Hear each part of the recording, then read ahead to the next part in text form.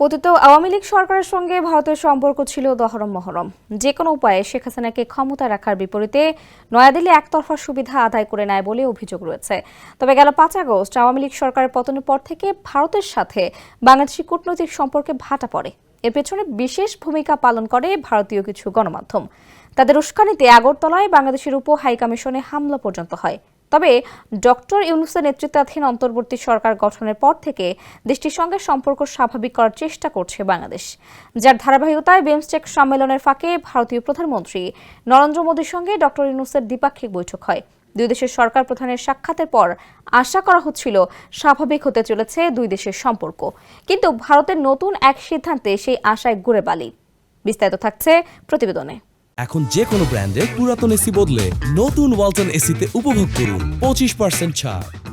বাংলাদেশের জন্য ভারতীয় ভূখণ্ড ব্যবহার করে তৃতীয় দেশে রপ্তানির সুবিধা সংক্রান্ত ট্রান্সশিপমেন্ট ব্যবস্থাটি বাতিল করেছে ভারত। এর ফলে আঞ্চলিক বাণিজ্যে নয়া শঙ্কা দেখা দিয়েছে। বুধবার ভারতীয় সংবাদ মাধ্যম দ্য ইন্ডিয়ান এক্সপ্রেসের এক প্রতিবেদনে এ তথ্য জানানো হয়েছে। এতে বলা হয়েছে, ট্রান্সশিপমেন্ট সুবিধা বাতিলের সিদ্ধান্ত বাংলাদেশের জন্য একটি বড় ধাক্কা, কারণ এটি বিশেষ করে ভুটান, নেপাল ও মিয়ানমারের সঙ্গে বাংলাদেশের বাণিজ্যে গুরুত্বপূর্ণ ভূমিকা পালন করছিল। ভারতের central board of indirect taxes and customs CBIC মঙ্গলবার এই সিদ্ধান্ত জানিয়ে বিজ্ঞপ্তি দেয়। বিজ্ঞপ্তিতে বলা হয়, 2020 সালের 29 জুনের এক আদেশ, যেখানে বাংলাদেশ থেকে তৃতীয় দেশে রপ্তানি পণ্যবাহী কন্টেইনার বা ক্লোজ বডি ট্রাক ভারতীয় স্থল কাস্টমস স্টেশন ব্যবহার করে সমুদ্র বন্দর ও বিমানবন্দরের পথে পাঠানো যেত, সেটি এখন বাতিল করা হয়েছে।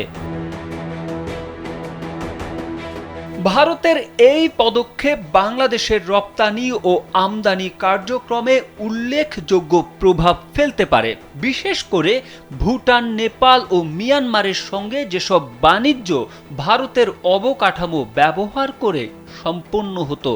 ভারতের গ্লোবাল ট্রেড রিসার্চ ইনিশিয়েটিভ জিটিআরআইয়ের প্রধান এবং সাবেক বাণিজ্য কর্মকর্তা অজয় শ্রীবাস্তব বলেন, ভারত গেল 2 দশক ধরে বাংলাদেশের জন্য একতরফাভাবে শুল্কমুক্ত রপ্তানি সুবিধা দিয়ে এসেছে, কিন্তু বাংলাদেশের লালমনিরহাটে চীনের সহায়তায় একটি বিমান ঘাঁটি পুনর্জীবিত করার পরিকল্পনা এবং চিকেন স্নেকের নিকটে একটি কৌশলগত ঘাঁটি তৈরির প্রচেষ্টা এই সিদ্ধান্তের পেছনে ভূমিকা রাখতে পারে।